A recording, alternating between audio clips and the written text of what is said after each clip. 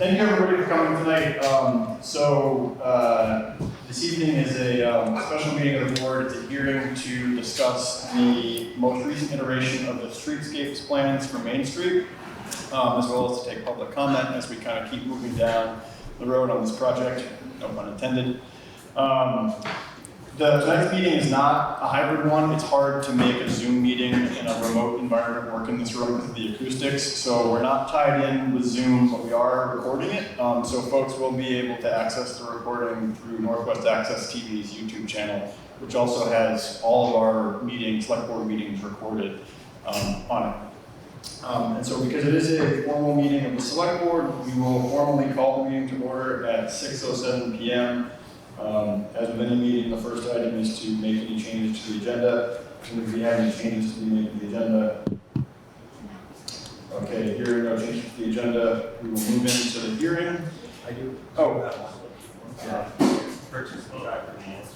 Okay. I know we're talking about that. Great. Just make a note on your new business or call it to discuss it.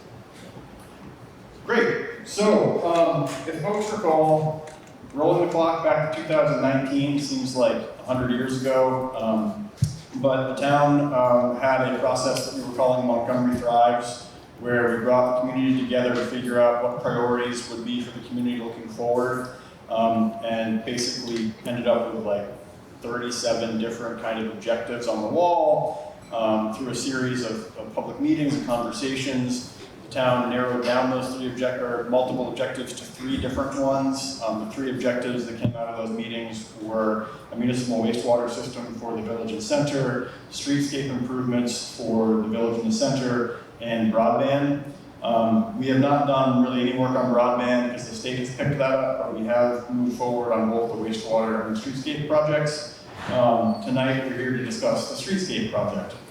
So if folks remember back shortly after that work with the community visioning, we did put together a preliminary set of plans to kind of guide discussion and also look at some fundraising, funding opportunities that we had through USDA rural development, kind of to get an idea of how much money might we need. We needed to start that process back then. At that point, we came up with 3 different alternatives for the streetscape work.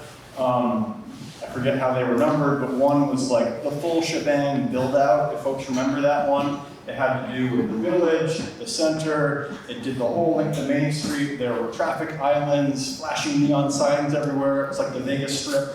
And the community kind of said, that's cute guys, but maybe we have to tone down a little bit. And so since that first plan came out, the board has worked with our engineering team that we'll introduce in a second, as well as continuing to kind of hear from folks in the community to better refine what this work might look like.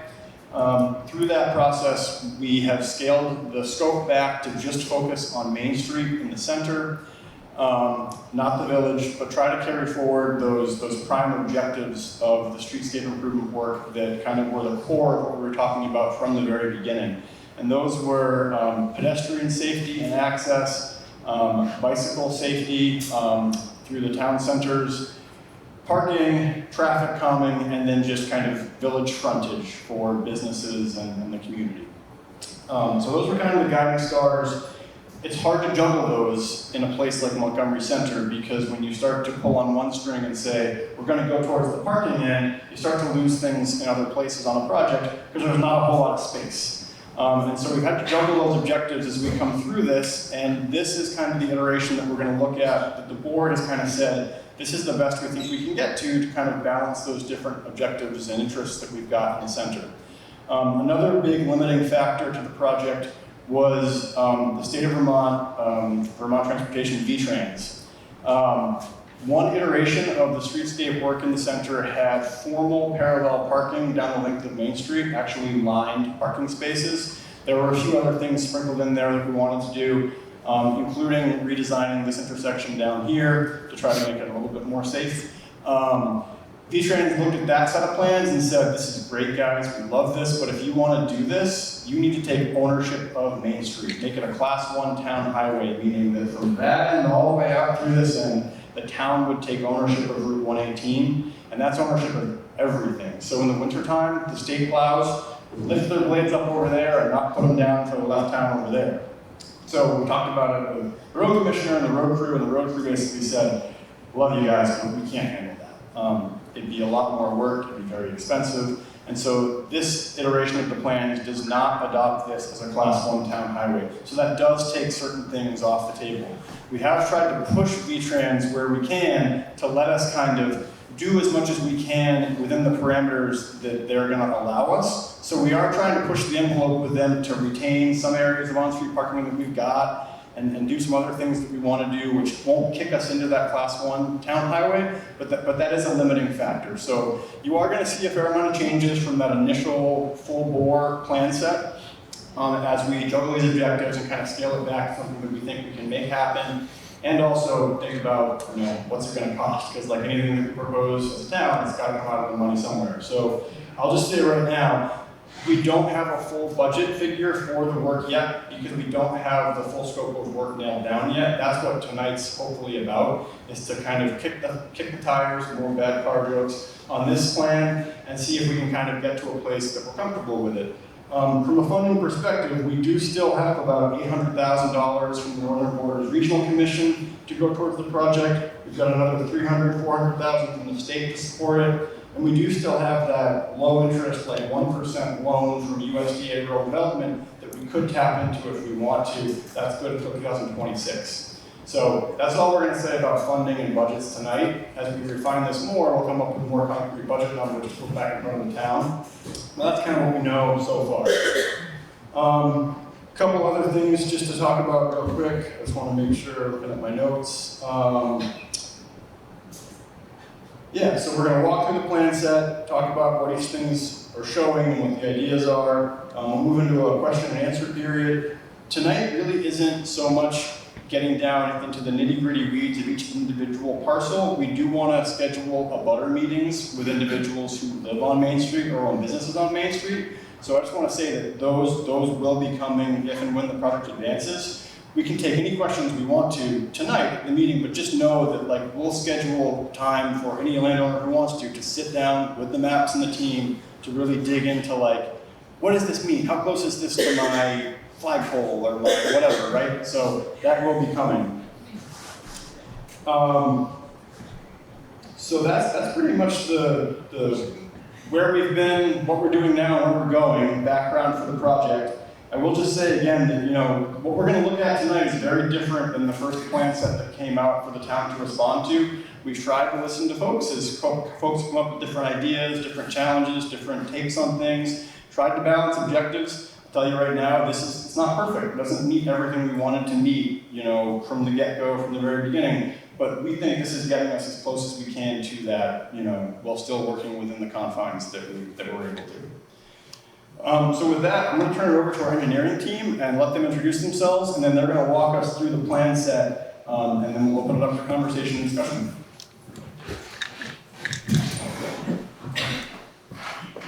All right, thanks, Charlie. Does everybody hear me okay? In the back. All right, great. Well, it's great to be here again. I see some familiar faces. I'm not sure if you all remember me. I was here in 2020 when we were working through the study phase of the project. I'm John Olin. One of the engineers on the team with me today is Heidi Marshall, our project manager, and another engineer, Zach Rousseau, also working with us on this project. So what we'll do is we'll go through the plans as we have it here. It's in a presentation mode, so I can't zoom in, but we can zoom in afterwards if we want to look at anything on screen a little closer.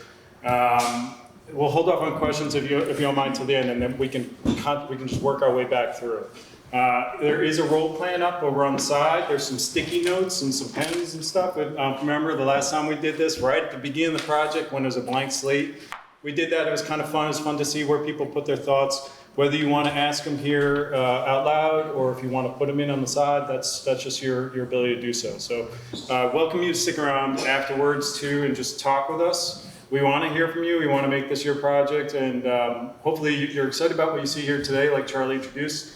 We're trying to really, we're working through a lot of different user groups, right? We're trying to bring bicyclists safely through vehicles, calm them down with their speeds and their traffic, recognize they're in a village setting, and also bring pedestrians and have them have access to safely walk up and down the Route 118, all the way from the park into the center of town right here at the limit of the project is generally right here at the town grange. So looking up at the screen there, that's what you see. So if you see the shaded area, what we're gonna do, and the colors that we have up on there, the gray shading represents just the paving, which is generally a mill and fill. We're not gonna, the roadway surface just needs to come down as we're gonna be cutting up quite a bit of it to put in all these features.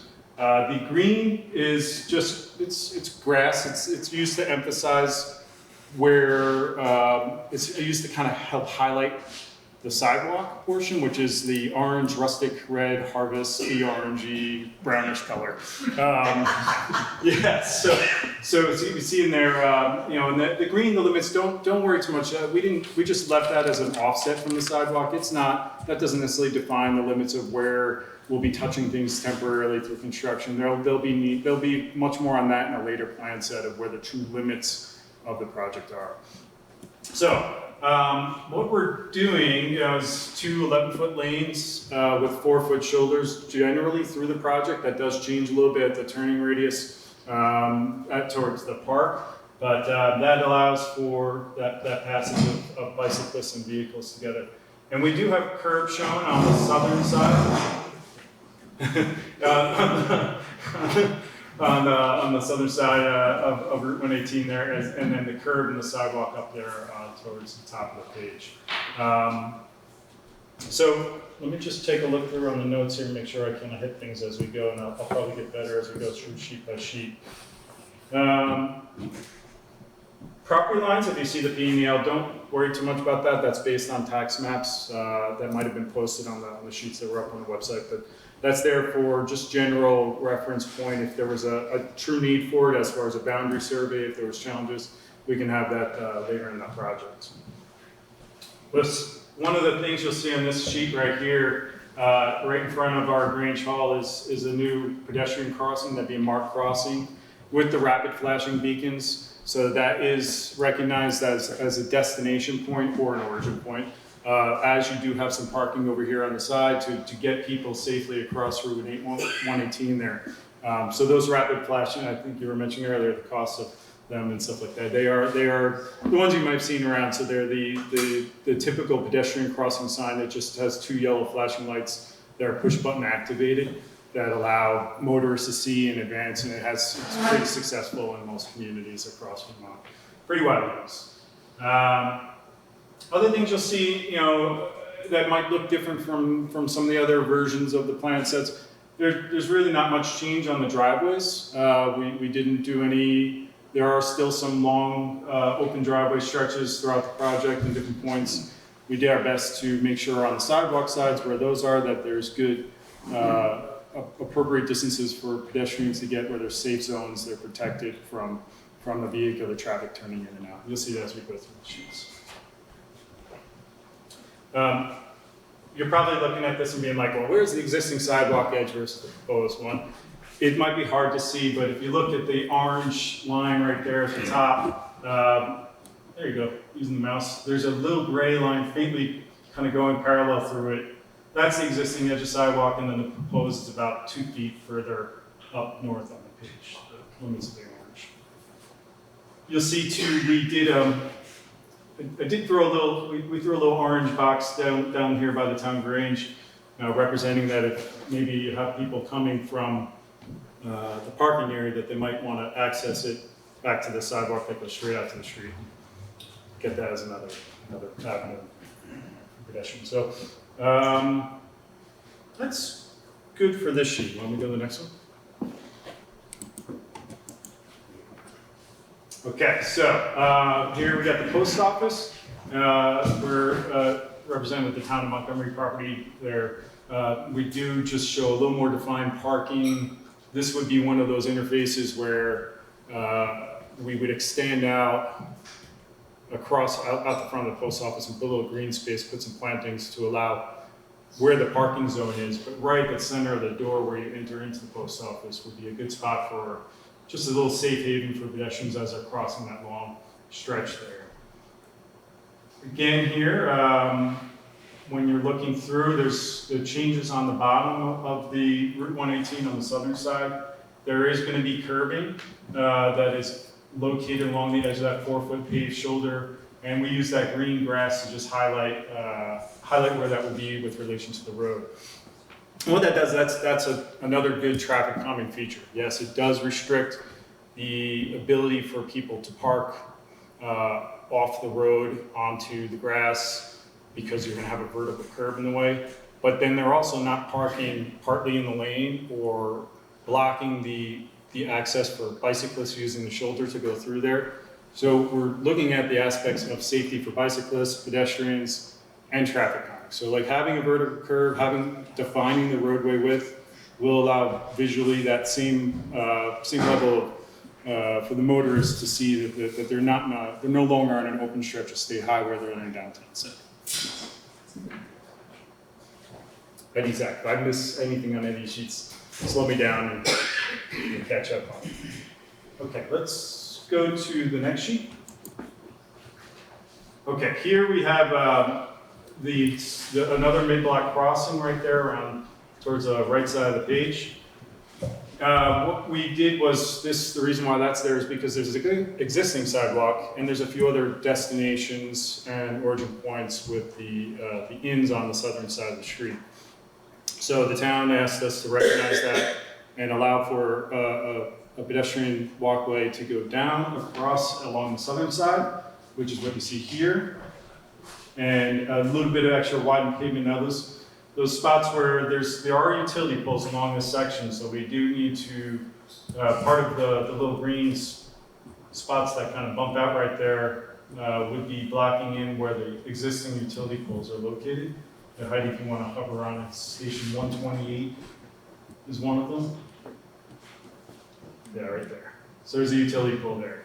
And as we go further west, we're going to see those poles get a little closer out toward the street.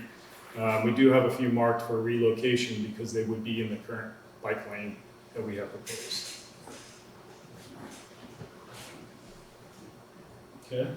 Another thing to point out as we're walking through this, with the introduction of curbing and sidewalk, that it will be keeping roadway drainage on the street. So there are some, where there's existing roadway drainage system, like you have through here, through the center, that may just need a relocated catch basin, but we understand from the town, we'll also take a look at the condition of the existing piping to make sure if there's any piping that needs to be replaced, that we would do that at that time as well.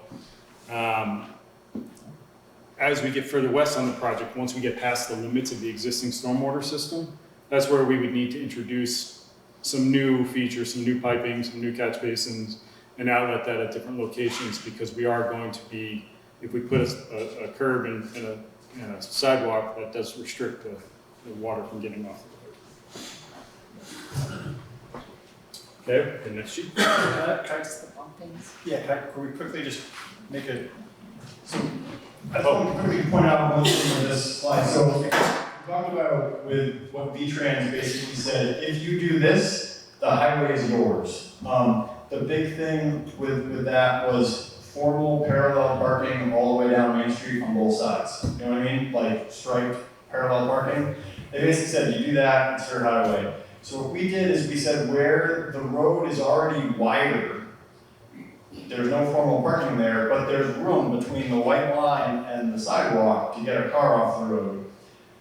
We basically said where that exists on Main Street, can we just kind of keep that? We would not line it as parking spaces, but we would maintain the wider shoulder so that cars could park there. And this is the section of Main Street where it's naturally wider anyway. If you drive down Main Street, you'll see that from the white line of the sidewalk, it's wider than the rest of Main Street. That's why that sidewalk juts out there. So I just want to say that like this is not installing new off-street parking or anything like that in this area. It's basically anytime we could get V-Trans to say, okay, you've already got that there, you can keep it. That's an example of this. So I just wanted to point that out over on the slide. And that's a good point. And I think the other part of it is that they would not be maintaining that stretch, that their plows would come through, and the normal plow blade wing is 15 feet, so that's the edge of that 11 foot plus 4 foot, but they would continue on straight through, and then if if any winter maintenance in that area would be done by the properties themselves or the town.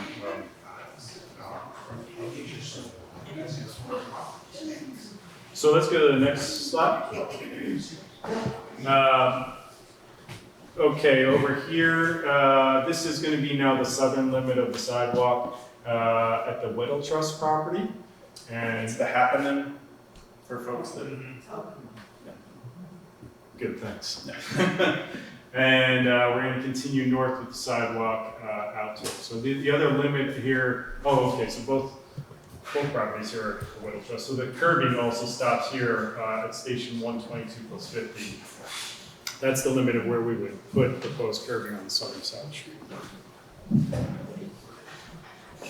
All right, let's go to the next sheet. And we're almost there. There's only a couple more sheets left. This is, now we're approaching towards the rec center. This is the Cemetery Road. And this is where we are going to be proposing some widening of the road.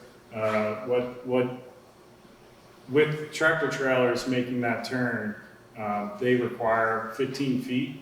And if we're going to be providing a safe bicycle facility with a 4-foot shoulder, then you don't want the tractor trailer going out over into that shoulder as it's making its turn. So the 15-foot lane through there and the 4-foot shoulder, and the sidewalk continues up towards the cemetery property. There's also to do this, we also, we looked at the turning radii, or we looked at the radius of this curve, and we saw an opportunity to improve that and coordinate with the town. And what you'll see here is, as we go into the next sheet, we pulled alignment slightly up, so it's going to give better sight distance. It's going to be a safer turn. It's going to be a safer curve for both the motorists and the pedestrians that are going to be using these facilities. The double line you see just above the sidewalk, that's a retaining wall line, so that's approximately the limits that we would need to put a retaining wall in order to fit that all in, because that is a steep slope going up towards the cemetery. I think that the wall is around 10 feet high, a little less in some areas. So it's a good sized wall that would need to be put in place in order to fit this all in here. But by doing that, again, imagine all of that sight distance open up so you can see better going around that turn, which is part of our goals for all the users of this road. So let's get to the next sheet, and we can always come back if we want. Actually, go back one. Sorry, I do want to just point out here, I guess, the existing edge of pavement line. If you could hover over it. So on this side, we're pretty much holding on the southern side, we're pretty much holding the existing edge of pavement, and where Heidi's pointing right now, that dash line, you can see how far we're actually moving this up on the page, how much we're actually opening it up. Okay. All right, now we can go over. And we'll finish off with the last sheet. So this is at the recreation park. And what we have proposed here, working with the community, understanding the need for parking for just in the local rec baseball and rec soccer games and stuff, that that people do use the street, that they do park along here, and there isn't currently a parking lot back in the center that could fit all the vehicles that need to be there for those types of events. So we've coordinated and with V-Trans and the town to come up with this idea of potentially a diagonal parking, a single direction coming through there that opens up about 23 spaces, I just counted, which is protected by that island buffer, which you'll see just below the 3 arrows going across. So it's off the road, it's not technically out in the V-Trans travel way, but it does allow for the ability to pull in one direction from the right there and diagonally park and exit out into the driveway of the rec center before coming back out onto Route 18. So this is a pretty big concept. You can see the approximate locations of the existing light posts just north of the sidewalk.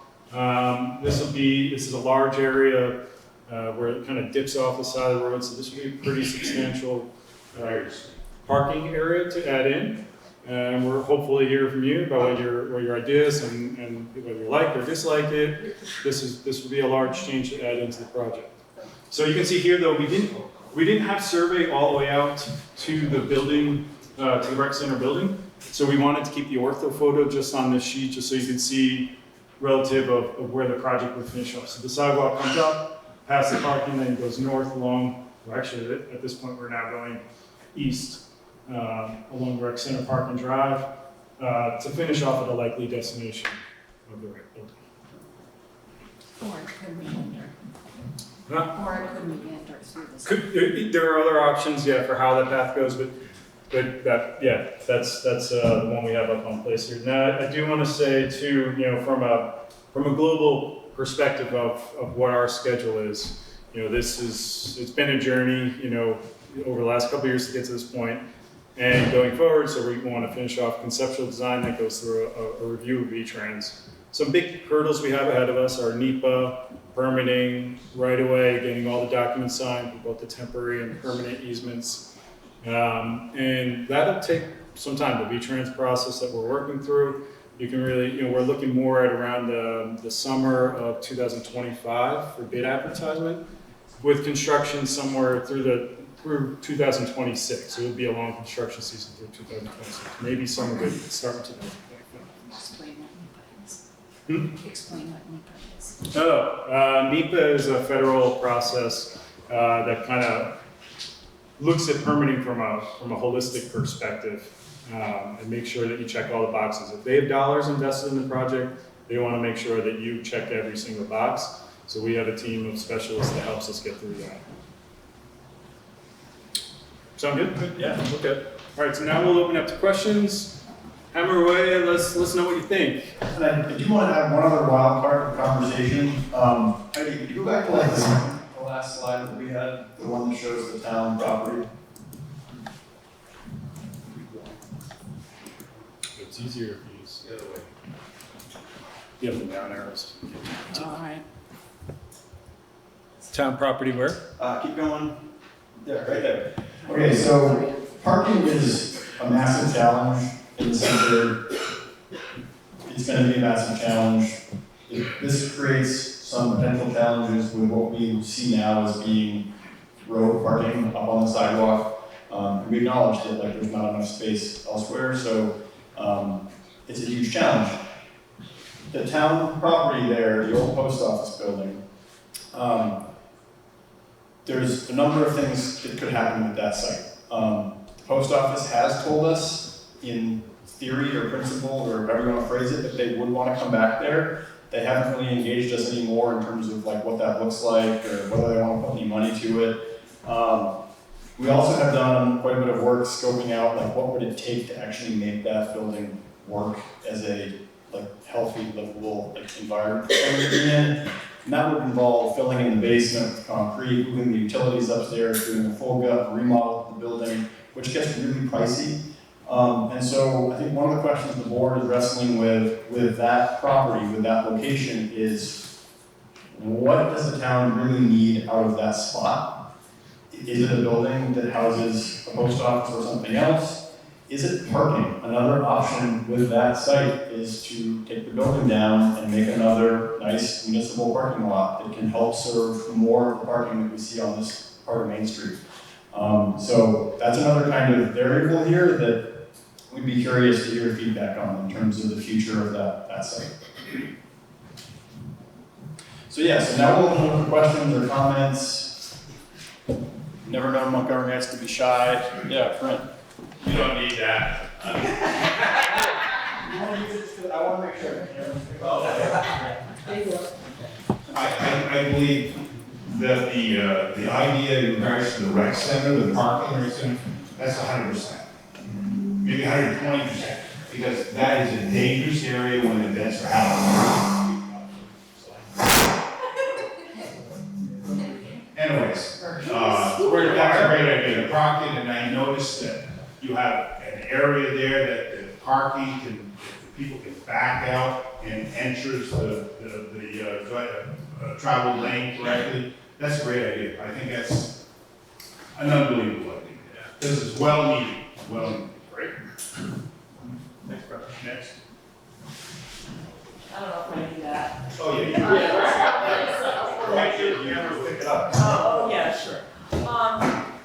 I've been, for many years, I was on that streetscape committee, some of you probably know, that got merged into the wastewater committee. And there was a lot of stuff that was eliminated, I'm sure from financial reasons, especially in the village. We were just really looking for crosswalks and to be safe for pedestrians and have a sidewalk go down to the Jolly, but also having a crosswalk from Sylvester's across the road, going to the MCA, and also over to the snowshoe. It's just very dangerous, and people cross that road all the time, and I'm hoping that is still on the table because it's not been brought up yet. Yeah, so I think as far as the center goes, the limits of this project essentially end at the Grange Hall. We'd initially looked at redesigning the intersection to make it less dangerous, more functional. That had 100,016 issues with it, from a state permitting, ownership, and then frankly there's significant impacts to businesses. So we are considering this to be, we're not looking at a phase 2, but this could be considered a phase 1. Right, because we did also talk about a sidewalk going all the way to the library for safety reasons. Yep. You know, and right now, the safest way for children to get to the library is going through the woods, from Jesse's property, from the MCA.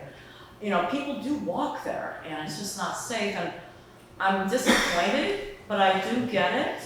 But I just was hoping that one of those blinking lights that you've been talking about going across Main Street would help and be there for that purpose. Yeah, it is. And also, we were talking about a 3-way stop at 118 and 242.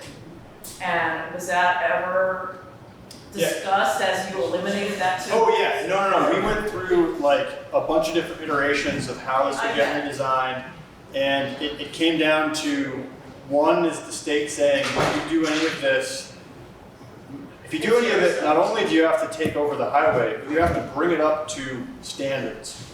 This intersection, they would never build something like this now, and if we cracked that can open, they would then throw 100 different permitting things at us to redo, redesign, make it work. And frankly, it would cause massive disturbances to the businesses that are right there, and we just couldn't find a solution that worked for that to be. We looked at a 3-way stop, we looked at a roundabout, we looked at a whole host of ideas, and that work still exists. So if at some point in the future the town wanted to pick it back up, we worked really hard on it. So I understand that, but for all those reasons, this scope of work, the terminus is right here, so. So, can I just ask one more question? Is there ever gonna be any crosswalks in the village, or are we just on our own? Again, never say never, but the scope of this work. The village. Village Village. Yeah, in the village, yeah, so, yep. Oh, thank you.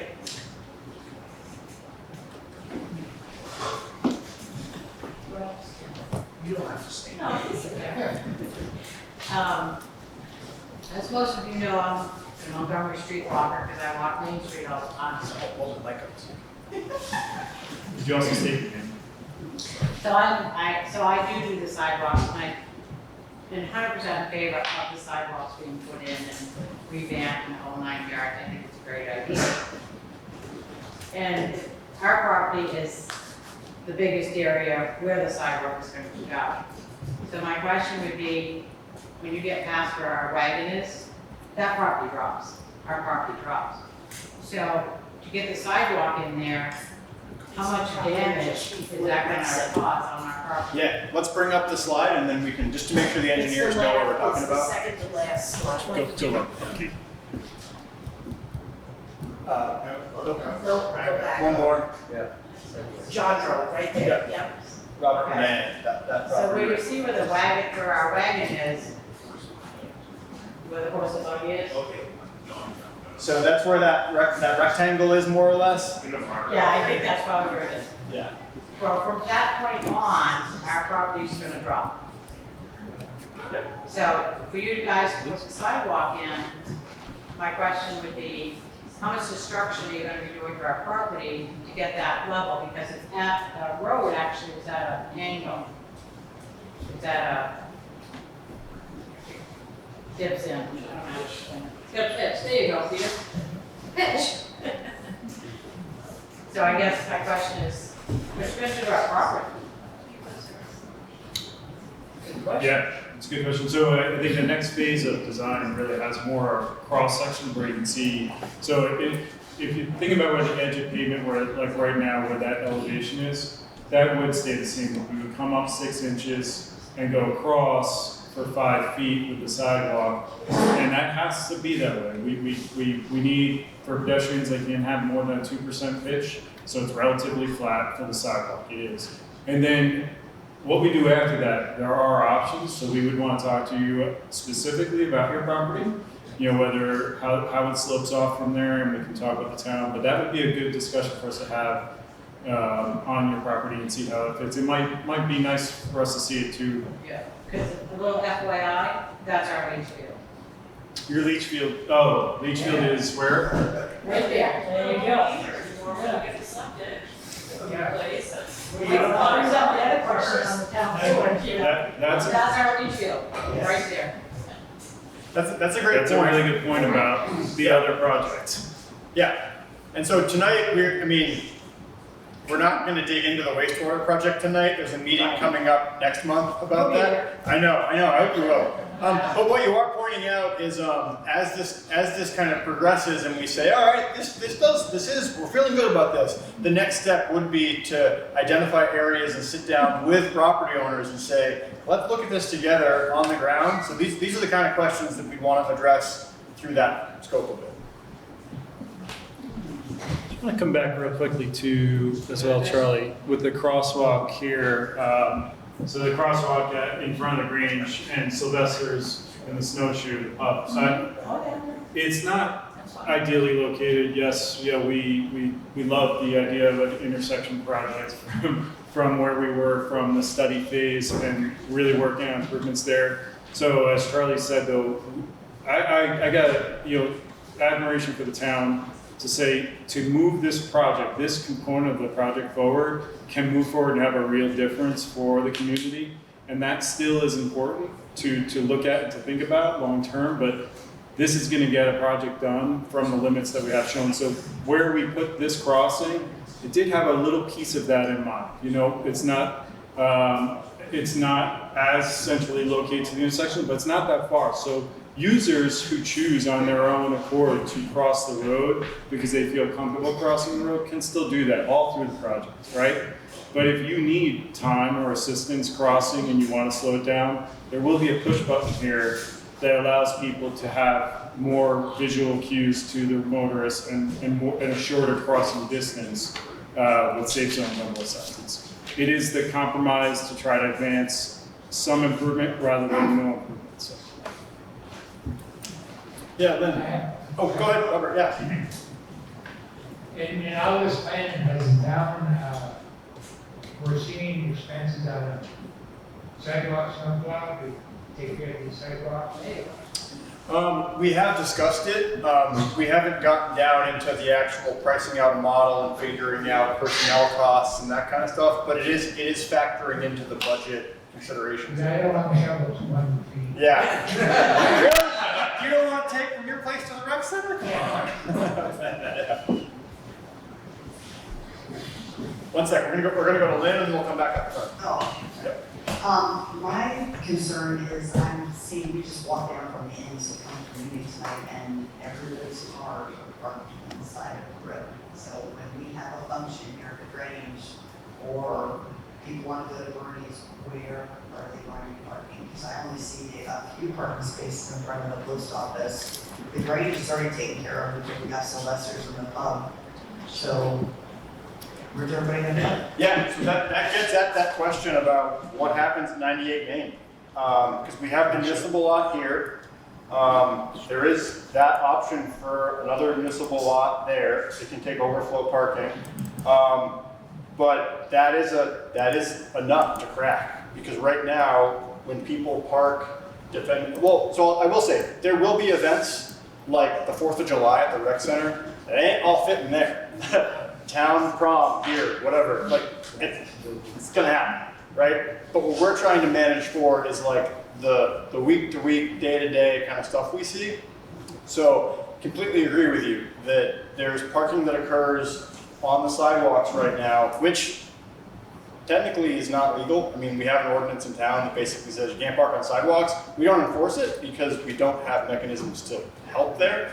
But that's a question that would get at, okay, given what we're seeing here with this already happening, is 98 Main Street better suited to help with parking capacity in town? So I would love to hear some feedback on that property. The other consideration too is that, you know, we have people that are handicapped, having them park it.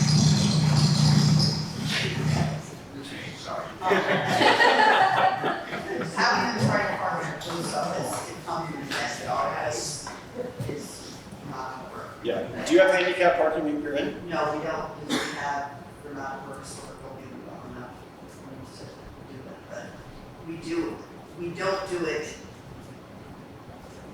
We accommodate people, that's what we do. We know that there are people that are coming to stay with us that are handicapped. We put homes out so they have a place to park. But I know in the past, it's not been the most favorable thing. We have a wedding and we have homes out where people can park their handicapped with the other businesses in the area. So, Yeah. And ADA accessibility is something that we have thought about with this project, because, you know, if somebody is in a wheelchair or somebody has a stroller pushing a kid, we don't want them to have to pop off the sidewalk and be in 118 dealing with traffic. So again, it's how do you, it's trying to balance everything, but we're never going to get 100% of the way there. But it's a great point. Charlie, I'm not sure if you noticed, but we changed the sheet to Yeah. the potential layout of the lot. Yeah. Oh wow, you guys already did that. Yeah. So I don't know if there's a count on these spaces, I didn't add them up, but that's an option that we've been working with the town on to just show what could be with that property, what could be with that lot if you tear the building down. Obviously, there's still some stuff to work out. There's a driveway that kind of goes up the right side at the end of some of those parking spaces. And we just would need to talk to that property owner to understand how best can we configure this so it works out for everybody. But this is an idea, and it fits quite a number of spaces. It's about 30. There's about 30 spaces. But is the post office going to go back in the center? Right now, you're talking about all this walking to everything. People used to walk to the center post office. Now the post office is in our village. Yeah. So the post office needs to go back in the center so people can walk. You're talking about sidewalks. They're not walking to the post office. Yeah. You Yeah, know what yeah. I'm saying? And That's a thing that people do every day, 6 Oh, days yeah. a week. Yeah, and the post office, We need a post office in the center. 100% agree. So- And we've tried to work with the post office Yeah. to help them find another location. Yeah. Problem is that every time we offer a location, Yep. they say something to the fact of, we can't listen to you because you probably have some sort of financial interest in the building you're pointing us towards. We'll figure it out. So, working with the post office is like shoving your head in Oh, the yeah. oven and slamming the door a few times. Yeah. But yeah, we But are. all of that cognizant. traffic came to the village. And Yeah, like this other woman said, we have no crosswalks. yeah, You go around that corner, people are going 50 miles an hour. I almost get killed coming out of that thing every day. yeah, So if you're gonna put a crosswalk, put one right there. yeah. Well, that You know? 'Cause facility. we got all the postal traffic immediately. It Yeah. happened overnight, like all of that traffic came up to us. Yeah, and we still want to get them back into the center. Yeah. There are a few properties that we've tried to talk to them about. They Yeah. have been offered another location. They built a suit property. So we're trying to work with them to get options, because That's a that big issue. one in the village, frankly, doesn't work just outside of parking and walking and traffic. Right, It doesn't work as a post office. right. Um, No, I know there was, health issues and stuff, but Yeah. the people that live in the center used to walk to the post office. Yeah. Or ride their bike, which is what you're talking about here. But that's not happening now. Now they're driving in their car coming up to the village, Yeah. which has made that area even more unsafe and more traffic. So, yeah, it's like a catch-22. Yeah. Why don't we come, Merle, I saw your hand up, why don't I grab the mic and you can use the mic? Sure, it's like I got it. Do you want to come back to you? When I get ready. Another 20 years. Another 20. Yeah. Well, from what I don't know. It's on, Merle. You're good. Just a comment on the intersection up here, 118 to 42. I know since 1980, there's been 3 studies from AOT. There's been 3 attempts to put traffic control signs there, and AOT every time has found there's no justification for further traffic control, that's why there's nothing there. As far as this project, I think I found that many people find there's 2 sides to this project. One very positive and one very negative. The positive is all the work associated with the rec center. That'll be a tremendous improvement, as everybody knows, and that's been needed for decades. So that's the great part of it. The negative side is any raised sidewalk or curbing. There's 3 strikes against any curbing in town, the town plan or zoning and parking. I didn't count them, but I did review the town plan, and there's many mentions in the town plan about maintaining and protecting and preserving the character of all the districts and areas in town. As far as zoning, any application for a conditional use or a variance from zoning regulations require approval, or, what has to be addressed, one of the items addressed in both those applications is the character of the area. And if the character of the area is disturbed or not maintained, the DRB cannot legally grant a conditional use of variance. So those curbings is something that would absolutely destroy the character of Main Street in Montgomery. All these old towns and villages that was formed, in the 1800s and so forth, this is what they look like, this is what they are. There's no curves, raised sidewalks. And the other item, I think, is parking. I know there's been some mention about parking, but it appears that there's going to be a lot less places to park. I know AOT says you can't park on the sidewalk, but hey, it's been working for 100 years, I guess. So if it ain't broke, don't fix it. So I think, like I say, we got 2 sides to it. Thank you. Thanks, Merle.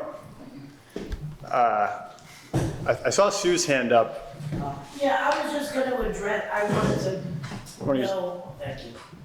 I just wanted to know on the, right here, the 118 and 242. I know that you have the crosswalk like in front of here going across. What are we gonna put up that's gonna slow the traffic making that corner?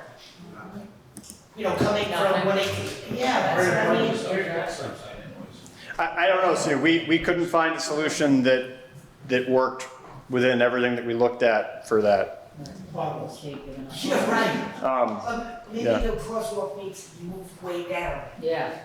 Well, there is one No. way down. There's two other crossings. I'm being facetious. Oh, yeah. I mean, because the traffic coming around there is gonna hit the person trying to walk in that crosswalk. Yes. I don't care how many blinking lights. All right, yes. The traffic comes around the corner so quickly Flying. that it's, These both Yeah. directions. that's just my, Yeah, you're right, they fly.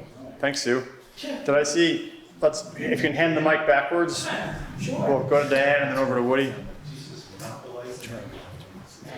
I just wanted to, say something with what, Mr. Gleason said about how it used to be where, the sidewalks didn't have the, what do you call it? Curbing that you guys are proposing to put in, people parked on the sidewalks. As a street walker on Main Street, when people park on the sidewalk, it's not a big issue because I'm used to it. But I do see what bothers me a lot about that, people parking on the sidewalk, is the kids. They're trying to walk up and they're out in the street, or a bicycle. So I think the curbing is a good idea. They're gonna see my dog walking, so I ain't too worried yet. But I do worry about the kids with the cars on the sidewalk. So your curbing is a good idea.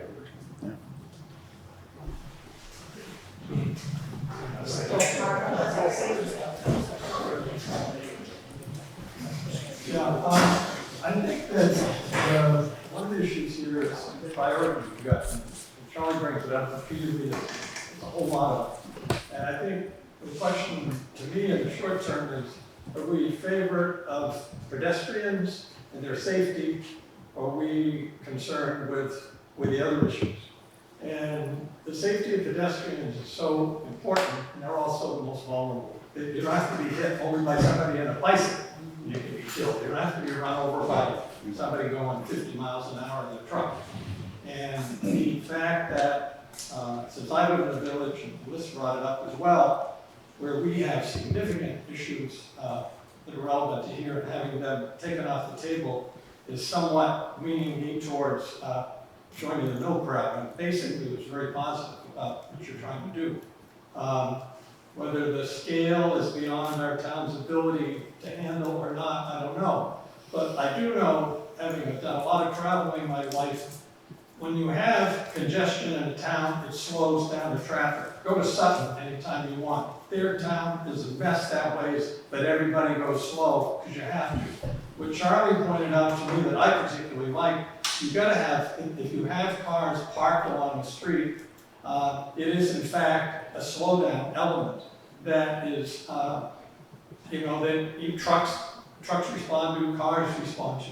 And the idea, again, I'm a little bit in conflict about what you want to do with the parking and the rec center, because in some ways, when there's a lot of cars parked there, everybody goes slow. And that's what Merle's getting around. I mean, there's some old-fashioned things that work, and there's a lot of traffic, people slow down.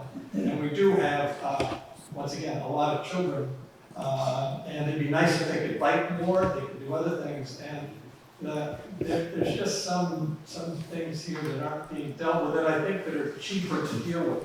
And I'm for the curved sidewalks, particularly in the village, because we ought to have a walkway actually from the mini mart all the way to Riverwalk. And now all we have is a 2-foot walk with a little white stripe. You know, people go a lot, they buy groceries, or they need to go to the Riverwalk, and it's dangerous as hell. I don't know about anybody out here, but I often have dreams about having a truck, one of their things sticking out of the windows, taking my head off. Anyway, thank you. Yes, Tim Potter, not currently a resident, but we spend a lot of time up here, and my wife and I are hoping to be full-time residents by next fall. A couple of just comments and questions. Just driving through town, the village, and the center fairly frequently, pretty obvious that parking is an issue. And certainly support the idea of creating some more off-street parking, and the current location where the old post office was seems to be an ideal spot for that. Whether it doesn't sound like an old building is really worth renovating, and just by looking at it from the outside, it certainly doesn't look like it. Maybe, unless we get further direction from the post office, we just consider that entire area parking lot or designated for parking. That would certainly help the issue. And I just want to comment about, it sounds, I'm coming into this process late, but it sounds like you have a lot of money and the project's been significantly scaled back. I'm just wondering why there haven't been any proposals for the village. Even some minor things like Melissa was saying, some crosswalks, some improved lighting. It's stuff that's not going to cost a lot, and it could make a big difference for that area. Also, I just wondered. You're going to be doing a lot of work on the Main Street here in the village with new curbing, new sidewalks. It's probably going to create more drainage water than you had in the past. by doing that. And I'm just wondering if there's been any discussion about treating that drainage water, especially with the wastewater project coming online, with a focus on protecting the water quality of the Trout River. Maybe that's something we should be looking at as well as part of this project. There might be some easy, low-cost alternatives for, addressing stormwater runoff from this area that could make a difference for the river. Do you want to handle the stormwater? Sure, yeah, and that's a really great point that, why this is an opportunity, right, to treat the stormwater that's coming off of Route 118. It'd actually be a requirement as well. So because of the area, the acreage of the project and what we'd be changing, it would be required to have some treatment practices put in place. And that could be at the outfall, there could be detention ponds, there could be wetland pond, treatments, it could be open swale flow.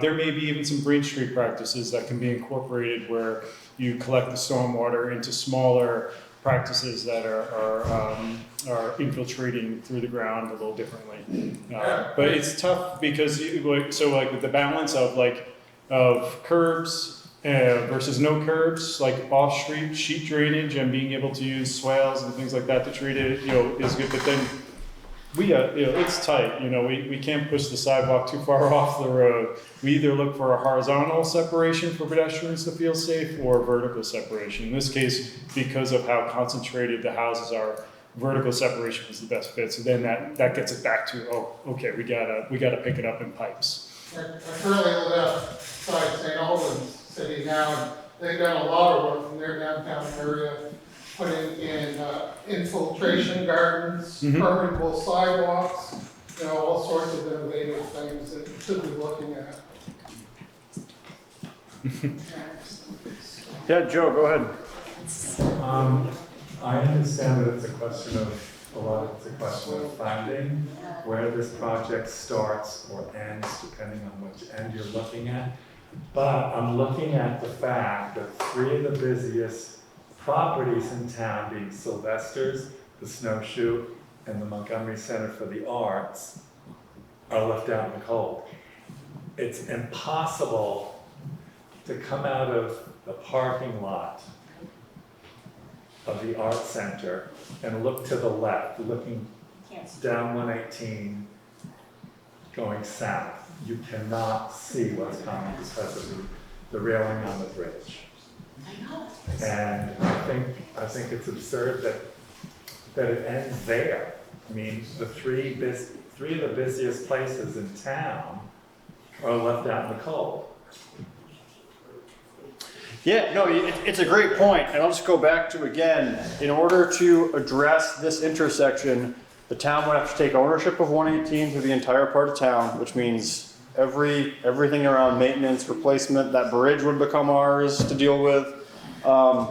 It's something we can do, but when we gamed out, basically, talk about plowing sidewalks, that's like peanuts compared to the maintenance of a Class 1 town highway through the community. So we're trying to balance the objectives. The other thing here is to redo that intersection, we basically have to get rid of all the parking in front of Sylvester's and the Snowshoe. So parking is already a problem in town. To redo the intersection, you'd lose all the parking in front of both of those businesses. And that was not a decision the board was ready to put on those businesses. So I am 100% understand where you're coming from around not getting what we want to have here. But at this point, that was just not. I don't understand why that's so complicated. Half the people coming down from JP do not stop that stop sign. Yeah, so by it's not that it's not complicated. We can design something to do it, but And we did. And we had designs that looked at that. But what it would mean is, again, this becomes a Class 1 town highway and all the things associated with that. Plus, those 2 businesses, which are kind of anchors on Main Street, all their parking goes away. And we're already dealing with trying to figure out how to get more parking or deal with parking. And so, again, it was I don't think you're getting more parking by putting in curbs Yeah, and a bike lane. I don't People understand are why driving the cars. parking would go away. Because to make that an intersection with a three-way stop, you can't have parking at an intersection. You can't back in. It doesn't have to be a three-way stop. Could there just be a flashing light like will be in front of this building?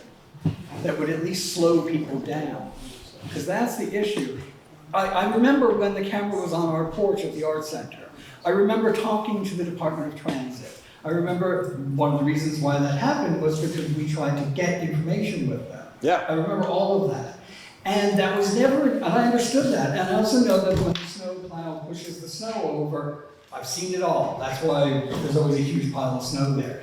But it just seems to me that this is great. What you're planning on doing out front here is really great, and it's perfect for this situation. But it's almost like the crux of the problem is up above it. The people coming down from both angles, they don't even slow down, they don't even put on turning signals, they just turn. And it's everybody. It's not just, oh, people from somewhere. So is there a way, like the flashing light thing? I mean, it just seems to me like, has that really been explored? Or if it has, and I understand about the money thing, trust me, it just costs us a ton to paint that building. I know what you mean, and I respect all of that. So is this something that, after this is done, that we will go back and look at and say, okay, we've done this, which is great, and now we can work on figuring this out? Yeah, we certainly can. And I mean, that's why this project is set up, even talking about it with V-Trans, it's set up as a phase 1 project. It's not to say that we're gonna jump on that tomorrow, but it's trying to bite off what we can do as we can do it. Do you wanna speak any more to the intersection in terms of what was considered and why things, I mean, not so much about the cost stuff, but what was considered there? No, a large part of the gap that you saw between the last time we were here talking about the study to now, we actually had another round of design in between that we came back and said, okay, let's do this, let's move back towards which essentially was the alternative B during the study phase, this other kind of scaled down version. So I want to point out too with Charlie, you know, the grant that they have, the Northern Borders Regional Commission grant, has timelines, and that grant is to connect the park, the rec center,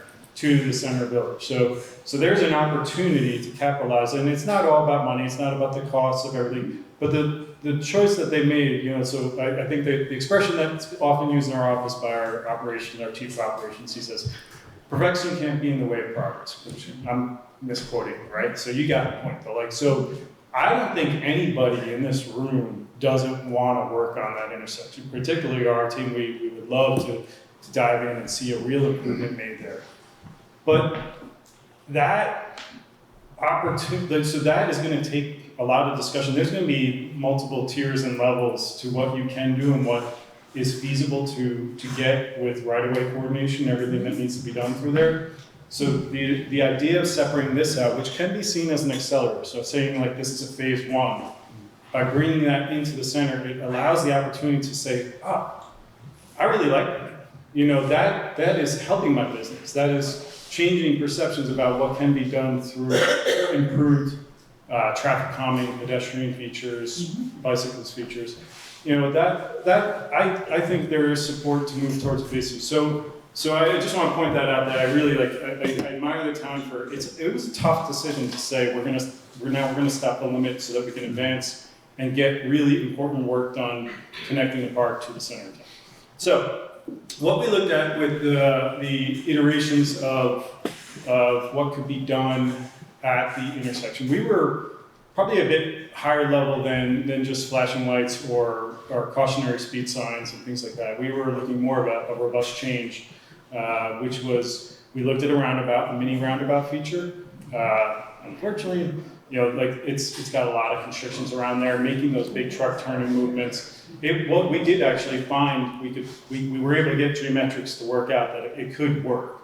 It wouldn't be, there's some slopes, it just wasn't the right fit for that location. There was too many things where it's like, that's hard. But we have it on paper, we did review it with the town. It's interesting to think about, but we came away with the conclusion that all of us together that wasn't quite right.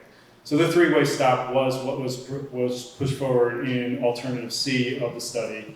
And that does have really some interesting benefits towards obviously bringing everybody to a stop and seeing each other so that they know that where they are. There's also some gateway features that were proposed. on the opposite side of the bridge, a gateway feature being a median island in the road. So now you split traffic and they have to bend around before the bridge to come back in. That was again, where the more you're trying to introduce the change in traffic and flow and stuff. So I'm trying to remember, Zach, do we have any other alternatives? I think we've really focused on what came out of the study, which was the more, like our task, what we were scoped to do was to say, you know, the bigger improvement of either a three-way stop or take a look at the roundabout just to see if that works. So we did, that was primarily where we stayed through this phase since the study. But if you go back to the study, we did have some smaller changes in alternative A, I think, that we would have to take a look at to see. And that's where, you know, I think the town is working on wastewater initiatives and the streetscape project and the bandwidth and the effort that they're putting forth. We want to get these projects done, but continue to work on that. And that would be that phase 2. Dive into that deeper, really like focus on what the right fit is for the town. And maybe some changes happen between now and then that allow different opportunities to be done there. Because there's some great work, there's some great improvements that can happen there. And I wouldn't want to limit it so much to a flashing light. Not to say that that might be an interim solution, but that's where that project, when it has the time to really focus on, after this is built, it might help to bring some perception of what benefits could be brought forth there as well.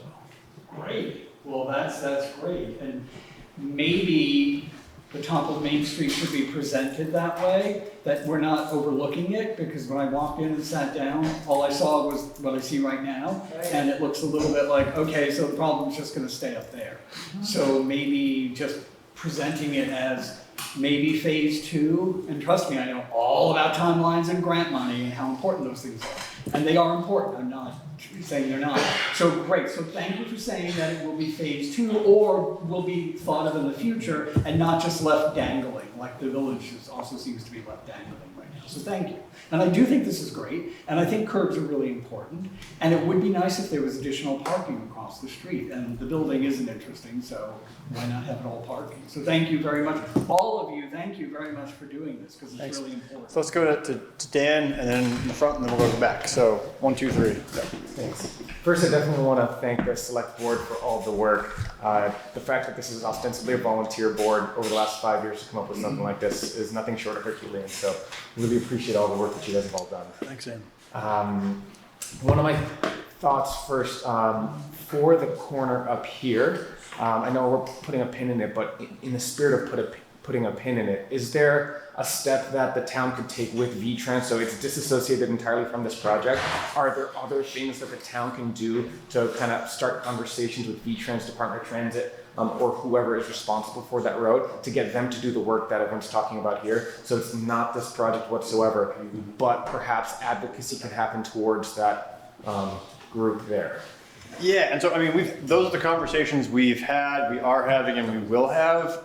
With V-Trans, it's that tug of what can we get them to do, what are they gonna force us to do, and then if they get to do it, we lose a lot of control over what they make happen. And as Merle pointed out, they'll be the first ones to tell you, what issue? And that was a big thing too, even with like grant funding we went after, a lot of the federal money for streetscape works, the first metric is how many deaths have you had? And it's like, well, thankfully none. But, you know, so anyway, yeah. The second thing I wanted to bring up was going to be the post office building. Have there been any discussions with the owner of property behind it to potentially acquire more of that land? Because I'm just curious whether the post office can remain and there still be town parking behind it. So keep the loop, throw 20, 30 spots behind it, and if we need further space, perhaps there's an amenable landowner behind. So I'm not sure if that was ever considered. So the post office is probably the hardest well, I shouldn't say the hardest. They're not easy to deal with, to get any answer out of for anything. To date, the idea of constructing a new post office with them has been a non-starter. That being said, they have been offered to look at and consider other structures in town, and they have also been offered another site, not behind that, but somewhere else to build new. So, sorry, no, I guess I misspoke. What I was wondering is, can the property, the town owns the property where the post office is, can the town purchase land further back and then keep the current post office and just expand parking behind the post office. Behind the post office. Yeah, so have the parking behind the current building without tearing it down.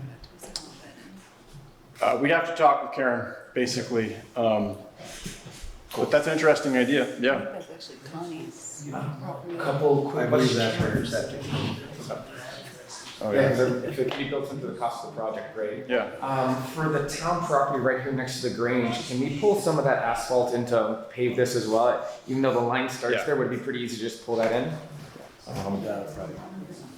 And then the last thing I was kind of curious about is, to Merle's point about the character of the town, I totally agree. The reason that my wife and I moved here a couple years back was because we love the character. Since I had 2 kids and the third's on the way, I think while I do like the idea of the curbs as a safety aspect, that's probably personal for the family side. Using a stroller in the snow, it's nice to have the sidewalks there. But one thing that makes me think about the character of the town is we've got such a beautiful main street that ends at the MCA. When you come into town, it's just gorgeous. And I can't help but notice, maybe it's just stick season, all the utility poles. And then, from early on, I was curious about, is it feasible to bring it in, whether wastewater streetscape pull it under? And I think last we checked a year or 2 ago, there was a cost associated with it. I'd just be curious to see if that's still sort of an option. If there is a lot of grant money out there that could still pay for it. If the issue isn't money, it's a matter of appetite. I'd be curious if the town is interested in pulling it all under, because I'd love to see a main street with nothing but trees, beautiful houses at the MCA at the end of the road.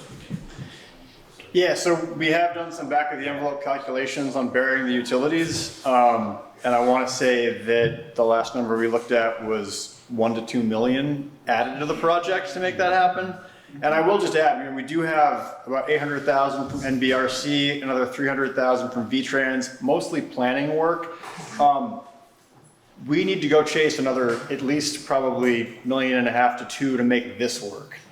So, we do have access to that really low interest RD loan. So if the town did want to take out a $6 million loan, we could go do it all, but it's balancing it, right? So, because going into this, that was one of the key things, like how great would that be for all the reasons you're saying? But if it's an extra 2 million that we got to figure out and find, and we're having challenges with that, to be honest, right now, finding other monies to support the rest of this, because we also don't want to saddle the town with another $2.5 million loan we got to pay off in the next 30 years. So again, just trying to balance it, but heard for sure. Yeah, why don't we go, let's go here and then to the back. Yep. My question is, guys, is just on the bike lane, is that, looking at your drawing, is that gonna take some of the existing 118, or are you cutting into the lawns a little bit to get that lane in? I'm gonna pass that one to John. Let me get to a better sheet for that. Right here.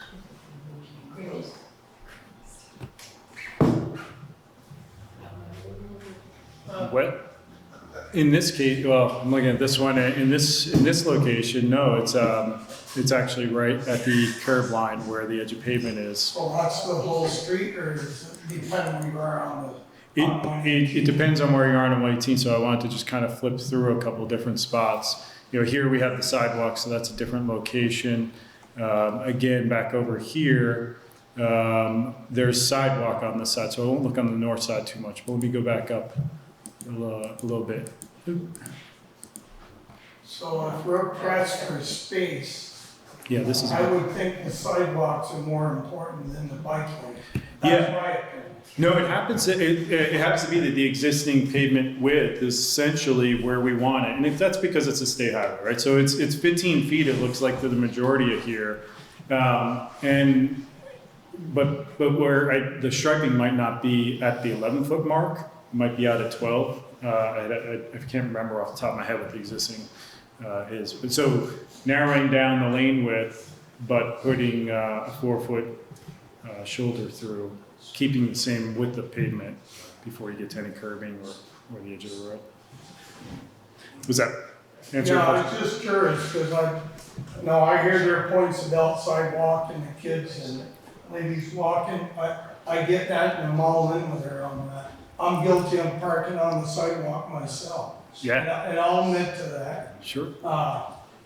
But if you park out, then you're almost out in 3/4 of the lane of the road, Yeah, you know? Yeah. So I try to park at the old post office or out the back of the restaurant when I go there, instead of out front where it's dying. So. and that might be, I'm that, not opposed to it. I mean, I'm used to people on the sidewalks. Right. No, I know you weren't, I'm just saying. Yeah. As an Sidewalk adult, I can walk. safety for the kids too is It's the important. kids that I worry about, because I can safely walk around you guys, it's the kids that cannot. and it's I an know accessibility. kids' bike is different, but technically adult, they should be riding a bike on the road. It Sure, should be sure. Abiding by the same laws that the cars do, but they don't. It's also an accessibility issue. So a person a person who's mobilely challenged, like who needs a wheelchair or a walker, they can't use that 2-foot strip that's left over. They don't have that option. So when we do a project like this, we are taking into account everybody's needs. So in that case, yeah. So the sidewalk is there to provide safe access for all. And with regards to cyclists, another good point to think about is from what we heard during the study phase, as I recall, you do get a good amount of cyclist traffic coming through there. That is an economic important factor to the community that you want to be on that Canadian circuit loop that loops around northern. They don't spend much money here. Unless But let's get unless they're staying overnight, they might go in, get a water or something, and they're gone. Did they stop at M Square or? Yeah, the bike shops are here, so there's an opportunity, maybe there's more of an opportunity, maybe with some wayfinding, we can direct them to locations where they can park the bikes and stop and have a beer for a little while, like, there are opportunities to maybe insert in wayfinding through this to also allow, where is that parking? Like, I come into town, I don't know that you can loop back behind this driveway and get to an access lot that's well tucked away, but maybe we can, as we develop through the design, that's a good point to bring up, is wayfinding to the park. Yeah, let's go to the back, yep. Hi, first of all, let me introduce myself. I'm brand new to this village. I moved here in August, Keith Provost, and I love the village, love the town, love the people. It's a really nice place to live. I've heard a few mentions of speeding problem in the village, and I want to kind of emphasize again, I'm brand new and I've already seen the speeding problem in the village. We're worried about our kids' safety. I mean, I live on Duso Road, the end of that's now basically a bus stop. And just last week, we pulled 3 kids away because a van was driving way too fast, almost got out of the way. That brings up a couple of things. One, the priority that I think I heard Joe say, like, are we prioritizing the right thing? Are we gonna wait till someone actually gets hit before we even address the speeding problem in the village? And then the other problem is that this looks great. I brand new to me. Are we gonna invite people who clearly aren't going the speed limit anyway? Are they gonna start driving faster in the town center? We're already talking about the problem of speed around this corner here. I mean, if they're gonna start driving faster because it's basically, I mean, if you post 35, no one's going 35 right now. And if we have a reason to slow down, I'm not really sure I know how to present a solution, but I'm just looking at what could potentially be more problems. So I want to emphasize again, maybe prioritizing the village and the speed problem, and maybe even we got to look for this opening up more speeders in the town center as well. So I think that's a lot to say. Again, I'm really proud to be here. Yeah, thanks.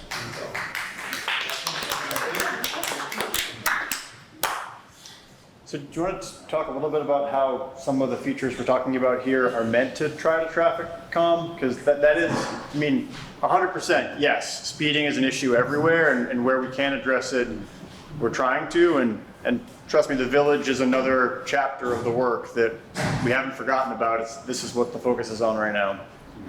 Yeah, and you might not have seen during the study phase, some of the alternatives we're looking at, and there are more options you can do for traffic calming features when you own the road.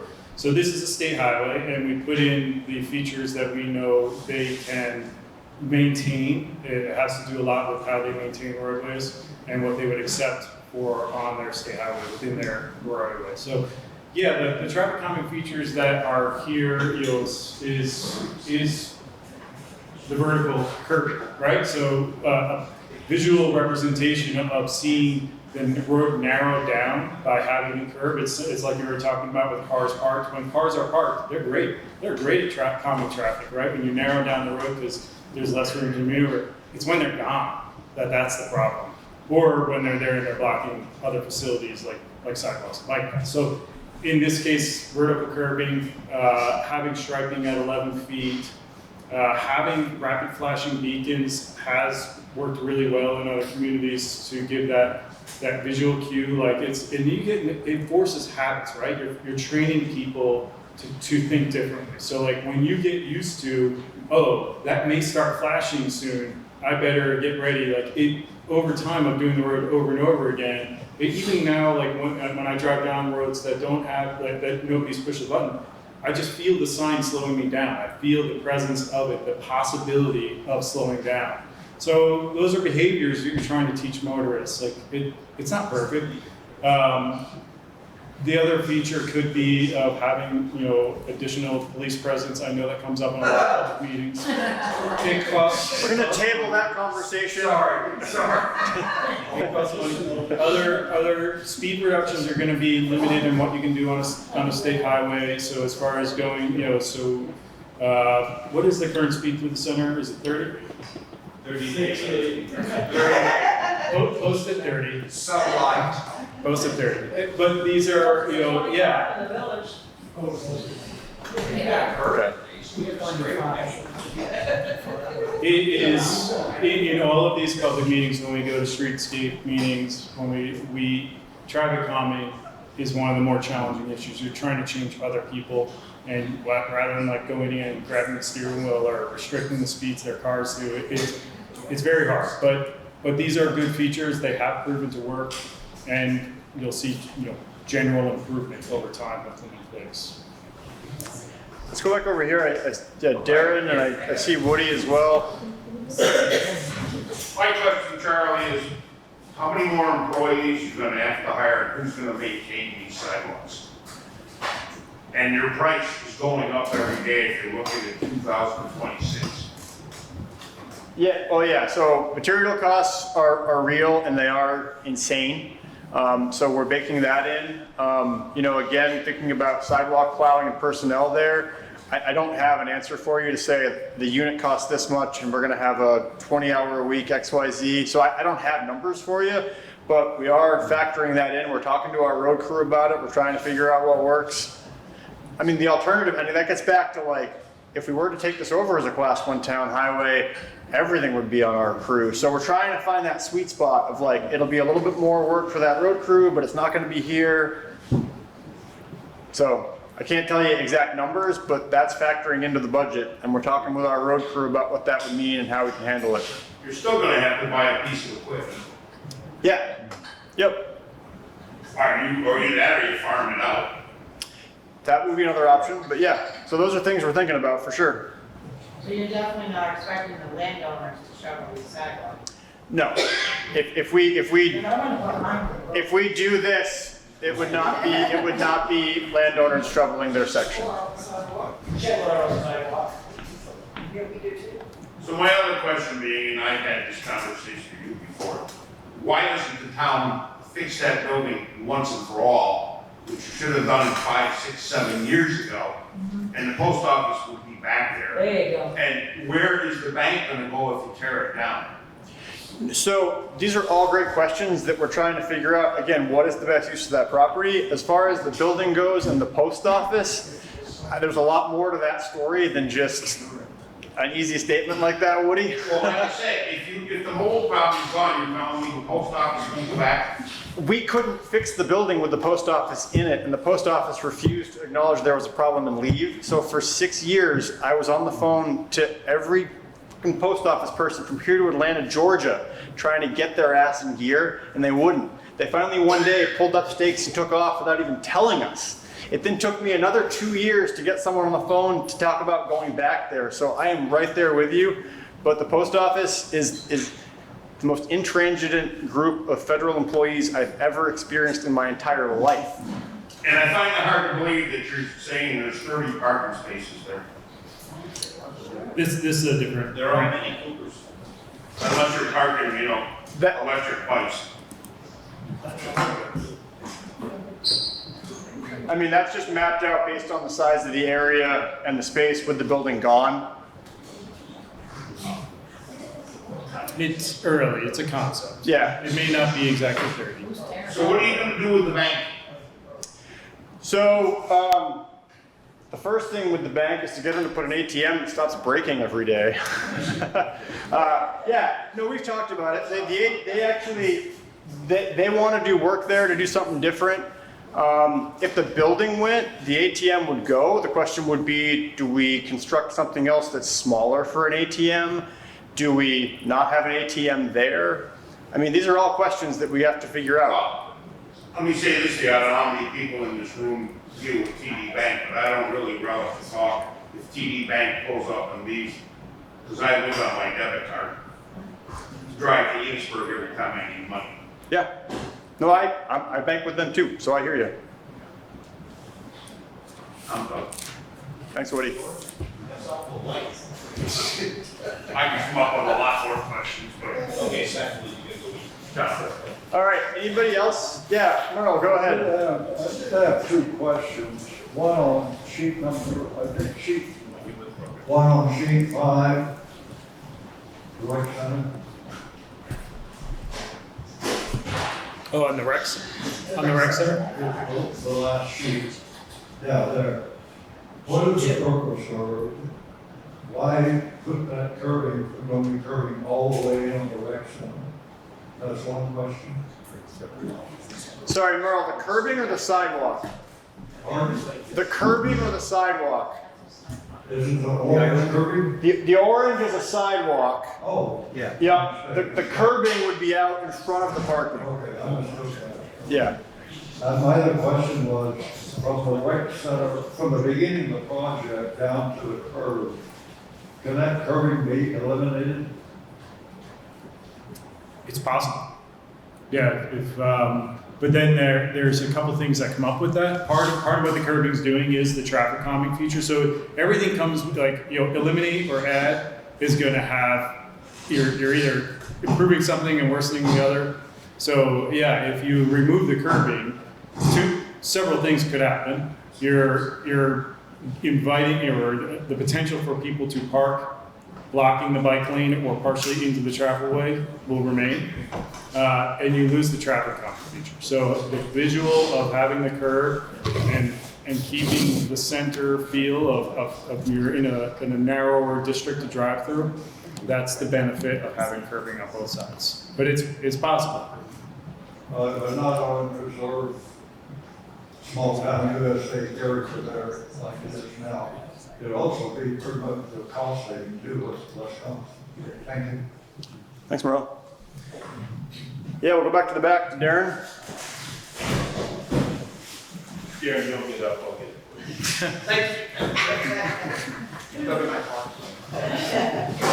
First of all, again, I want to thank everybody on the select board and everybody in the engineering team that worked on this. I know when Melissa was talking about when we started as a streetscape committee, we had all these wonderful pie in the sky ideas. My personal opinion is too many of them got lost, but I know that it's very hard when you suddenly start dealing with reality and what you can do and what you can't do to be the person to say, well, we'd really love to realign all the roads and widen all the roads and do all this stuff, and to say, well, we can't afford that. So I had a couple of questions that were raised tonight that I did want to talk about. You mentioned the traffic calming, and I appreciate it because that was one of my questions, was what traffic calming devices were part of this plan.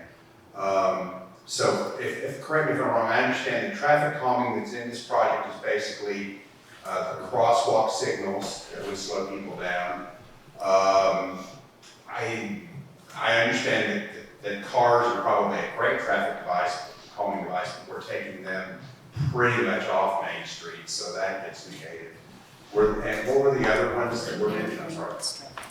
Yeah, narrowing the striping, putting in 11-foot lane widths. So even though it's like as simple as just striping pavement, Right. if It it's makes it narrower so people have to slow down because they're not visually narrower lanes. But the vertical, the curbing is right, really it. So even better than the striping being on that, down on the pavement, the visual of having a curb does neck down the roadway.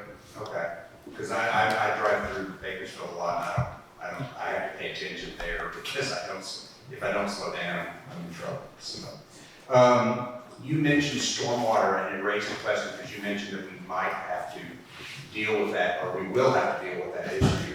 One of the dirty secrets in town is every bit of our stormwater just goes straight into the river. There's no treatment or anything right now. And what I understand, if we do this, we're going to have to deal with that problem. And is that correct? We're gonna have to change that, is what I'm hearing. Is that correct? Well, the benefit there is we can work with V-Trans a bit because a lot of it's their stormwater. It's a state highway, so there could be incentives, and I know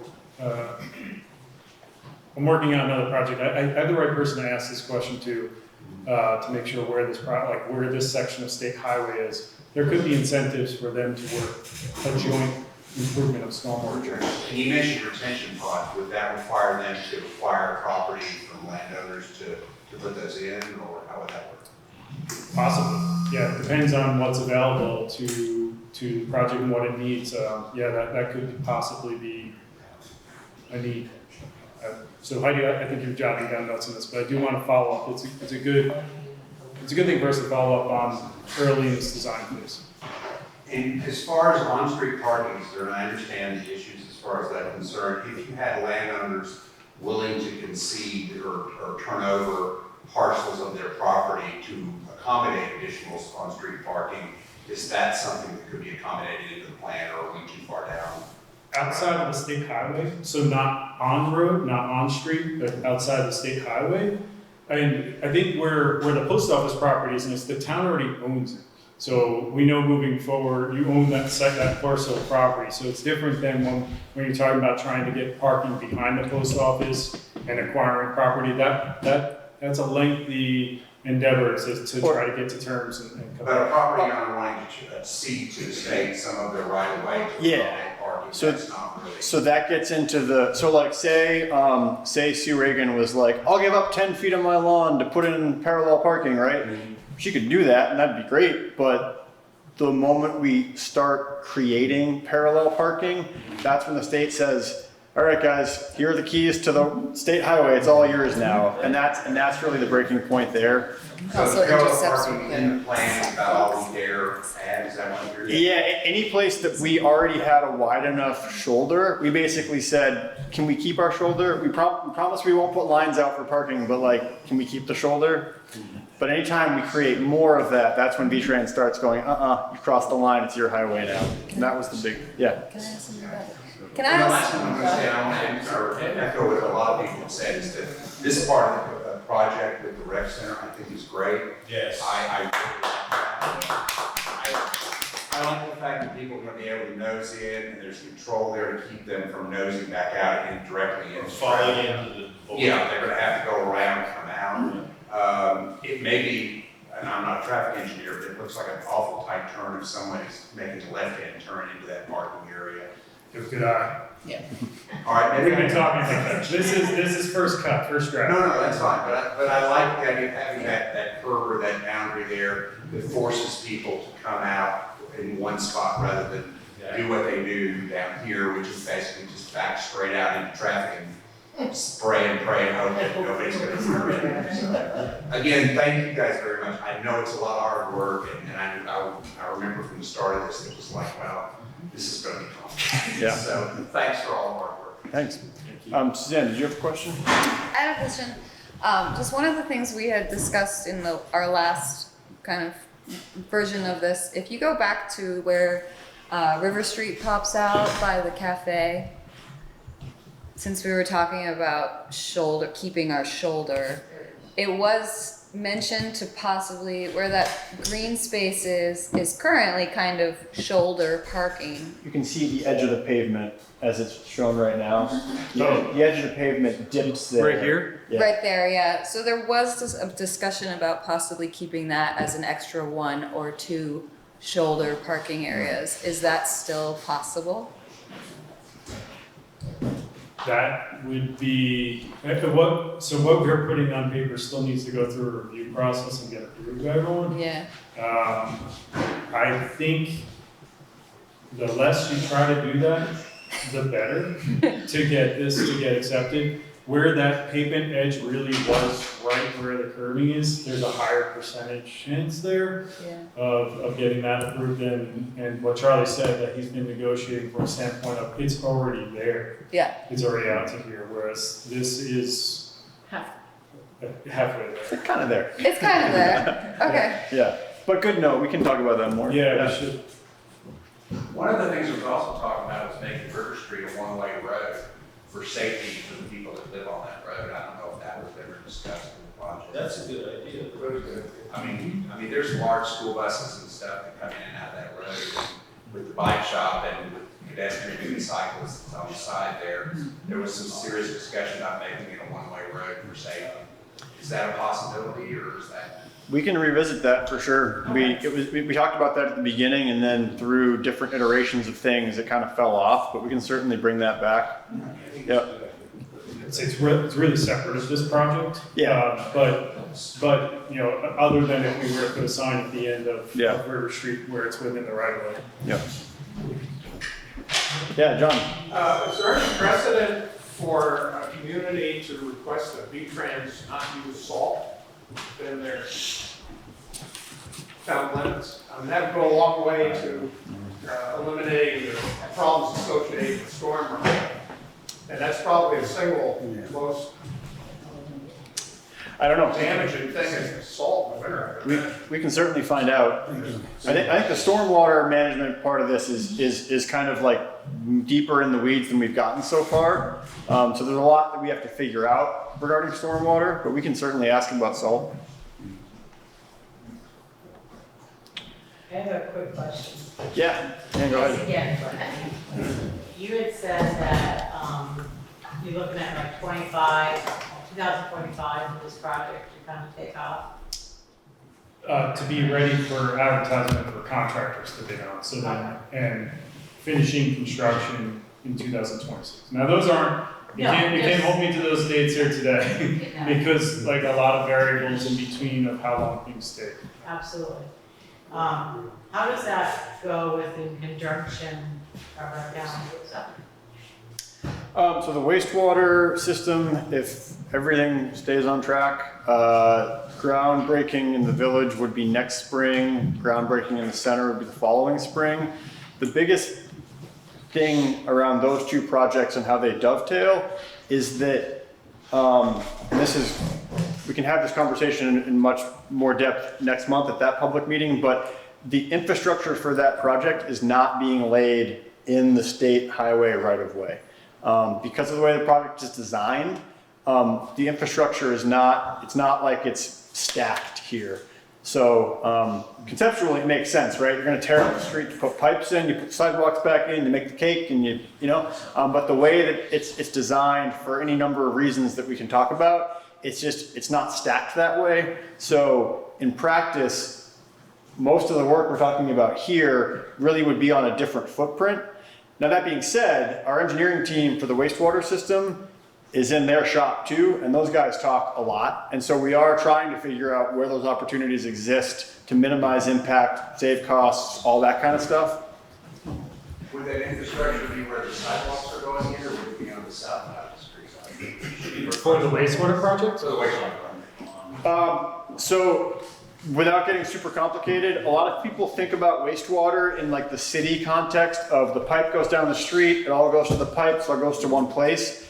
Because of the system we're designing, it's gravity fed, so the piping is a lot more like a spider web, if that makes sense. And we'll get those plans up and out for folks to start looking at. There's a public meeting next month to look at that. But if you look at the piping for the wastewater system, it's much more like a spider web than just straight lines that run with the roads. Yeah. Yeah, and there may be some pocket locations where the directional drilling, if there is a crossing of the road where there's impacts to the pavement. So the benefit of having that project go first, anytime you get a utility going first where they're cutting up pavement spots, If that does happen, then you get a nice clean coat of pavement and all the resurfaces. We like streetscape projects to go last. So right now, if that's on target for 2025, 2026 for this project is kind of ideal. I did want to point out, through some of the coordination we've been going through with the wastewater team, this location right here has some, it's a pump station. So there's been, we're coordinating those two projects together to make sure, hey, there may be through this bump out that we're doing or where we're putting this feature, there could be an opportunity to actually help get maintenance access or just a proper location of a building that fits both projects well together.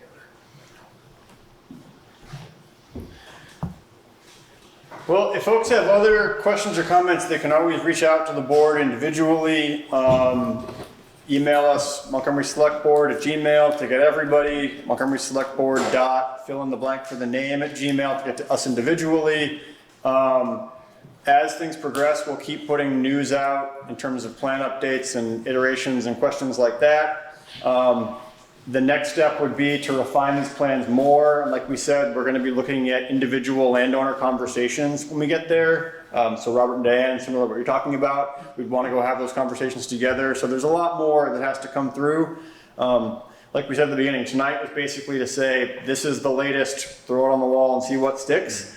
And so this will have to be refined more as we get closer, but tonight was about getting that feedback initially on this. So really appreciate everyone coming out to provide that feedback, and stay tuned for what comes next.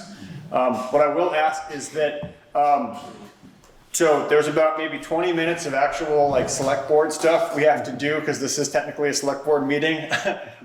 So we're gonna take like a 5-minute, 10-minute break for folks to get up and leave. So I would just say, if you want to have conversations and carry them on, if we can do it outside, that'd be great.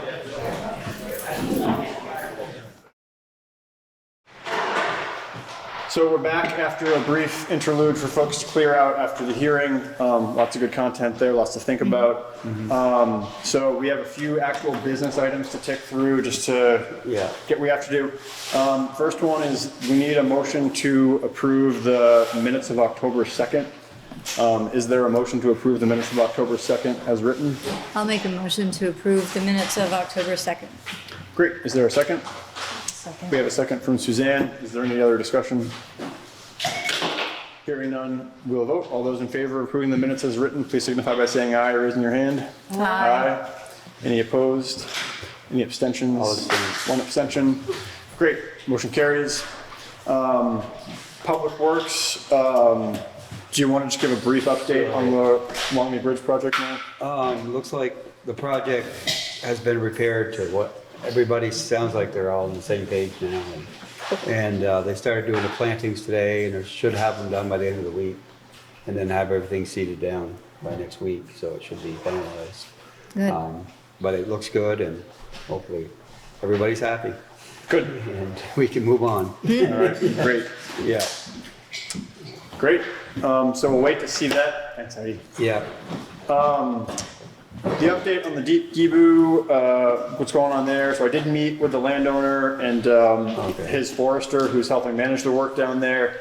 We talked about getting the decking back. He had a couple questions on the decking replacement, so I think we're clear on that. Okay. We also discussed, this is something that we've talked about before too, is the potential to allow them to put a gate at the end of the Class 4 road where it turns into a trail. So we can gate a trail, that's legally, the town can do that. Yeah. The one question that's come up is we've had an individual in town challenge the map itself, basically saying that the limit of the Class 4 road as mapped currently is incorrect, and that the Class 4 road legally extends much farther south of that. So before we essentially give the location of where they can put the gate, we, I think, need to do a little bit more homework on what this individual is proposing the maps should be based on the research they did. They did send some pictures of things. I haven't had a chance to dig into it with any depth because I'm not sure what the maps are. I thought he might be coming tonight, which would help discuss it in terms of what he was seeing. So that's the update there, is that if that's the main concern that folks have is the limit of the Class 4 road, we'll want to determine where that actually ends, because our understanding now is where Yeah. you marked it is the limit of the class 4 road. Yeah. So I will try to get a little bit more clarity on what they're seeing and what map they're referencing, but that's Yeah. kind of the next. I mean, that's for the map I'm going by. Yeah. So I will try to dig into that. Because it's only 1/10 of a mile from a corner to there. Yeah. And the one thing too is if they're going back with the equipment to put the decking back, they want to be able to do that and the gate at the same time because all the equipment's on site. So Yeah. I want to make sure we can give them the exact location of where they would be allowed to gate. Before we tell them to go do that. So okay. I'll try to get a hold of that individual tomorrow to clarify what map it was they were looking at, because I can't tell from the attachments they sent. So that's the update there. But There's something about, at some meeting, we designated a trail, but I never remember that happening. Yeah, no, I think, I read back through, and I think the question now is around, at some point, was the class 4 road much farther south, and did that change? I'm not sure what they're looking at as far as documentation. Yeah. So, anyway, Okay. I will try to chase that down and get some more info. Yeah. Public Works, there was an item Mark wanted to add regarding. Yeah, I think Scott brought it up last week that I found a tractor and a mower. And I discussed a price with him, and we got a price of $13,000. Okay. For the tractor and mower. Because our current tractor is, we're trying to sell it because there's some problems with it, and the mower's broken, so. Right, yeah. This will replace that, and it could be used on the sweeper too. Okay. So, it's a fairly good shape tractor. So it was 13,000. Okay, and that works within the Public Works budget with the? That works with we have the reserve fund. Okay, so you'd go into the machinery replacement fund? Okay. And to get that.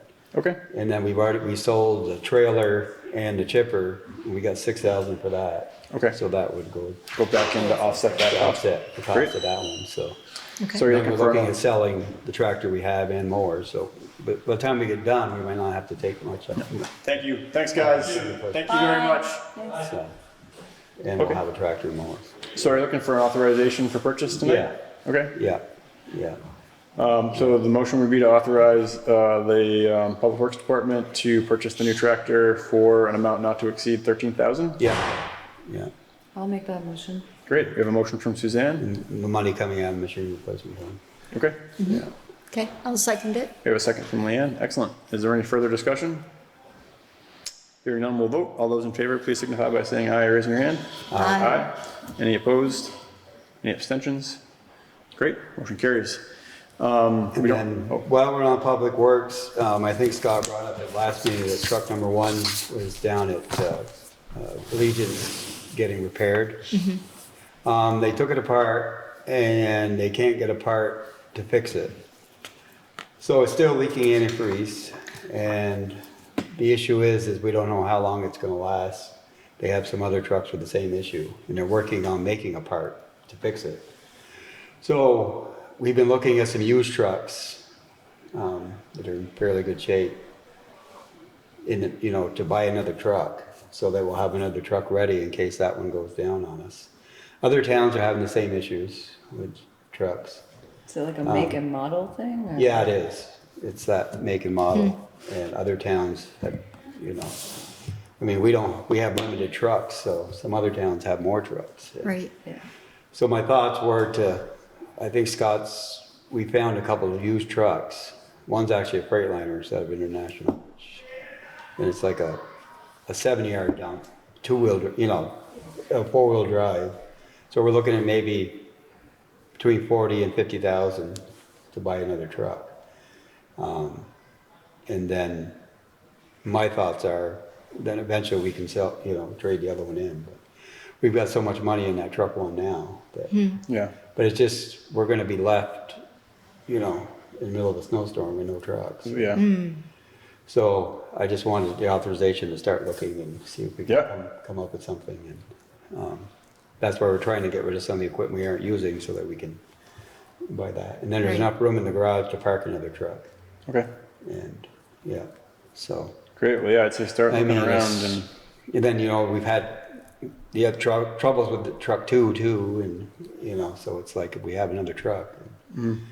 Yeah, so there's other ones set up with plows and stuff, so we'll try and, I mean, eventually we gotta replace it, but it takes you 2 years just to. to get there. A replacement truck.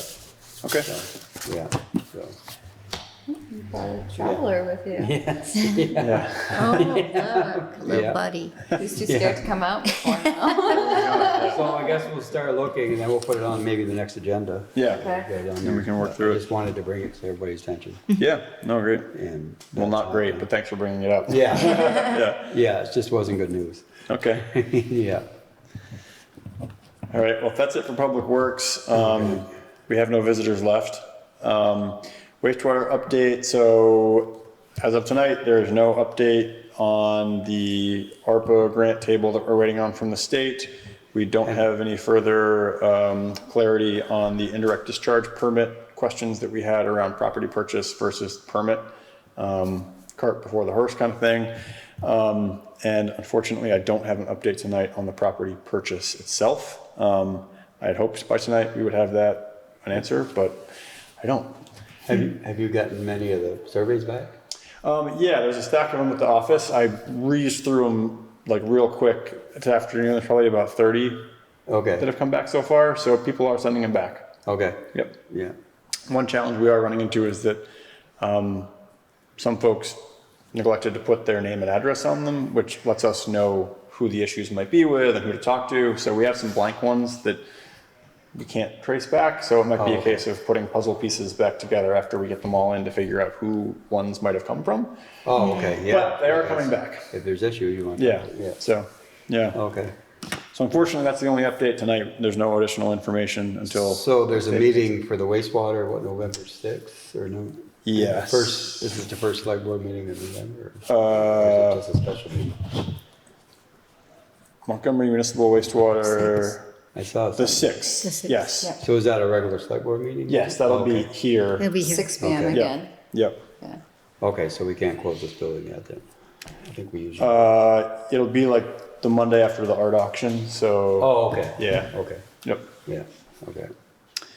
Only item under new business was something that we added or got added. The Planning Commission made a request. So the Planning Commission has an opportunity to get a significant grant for the zoning bylaw modernization revisions. Yeah. So they're doing the town plan now. The next logical iteration of the work would be to then go back to the zoning bylaws to make sure that they mirror the town plan. There's grant funding in place now. They need to get the paperwork into the state like next week. So they need our approval to go after the grant in order to do that. Nuts and bolts, brass tacks, whatever. At the end of the day, it would be $1,000 match. So our only outlay would be $1,000 towards the match for the grant, which is standard for what we've done in the past for these projects. Yeah. And these grants are great because it provides a lot of funding for regional planning to work with us through this. So I'd say without a grant like this, I don't know what we would do. So the authorization tonight would be to sign off as where is it? The municipal legislative body recommends applying for said grant. So the motion would be to recommend the Planning Commission to apply for the FY24 Municipal Resolution Bylaw Modernization Grant. I'll make that motion we just did. Great. So we have a motion from Mark to make the recommendation. We have a second from Suzanne. Is there any further discussion? Hearing none, we'll vote. All those in favor, please signify by saying aye or raising your hand. Aye. Any opposed? Any abstentions? Great. Motion carries. That brings us through our agenda. All we have is some warrants to sign. If there's no other business, then a motion to adjourn would be in order. I'll make a motion to adjourn. We have a motion to adjourn from Suzanne. Is there a second? I'll second that one. Second from Mark. Any further discussion? Hearing none, we'll vote. All those in favor of adjournment, please signify by saying aye or raising your hand. Aye. Any opposed? Any abstentions? Motion carries, and we are adjourned at 8:08. Thank you, everybody.